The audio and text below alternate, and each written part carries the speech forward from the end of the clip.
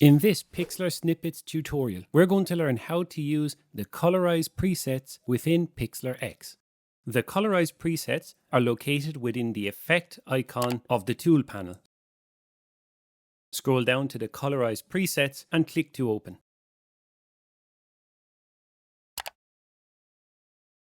You are now presented with a long list of colorized presets, as well as the possibility to personalize up to 3 different colors. Let's begin by applying a duotone colorized preset. Duotone gets its name from the use of just 2 colors, which usually offer great contrast within the color wheel spectrum. You also have the possibility to add a 3rd color by using the color picker. Experiment by adding your own colors. Let's change to another duotone colorized preset. Using the amount slider, you can change how much of the colorized preset is being applied to your image.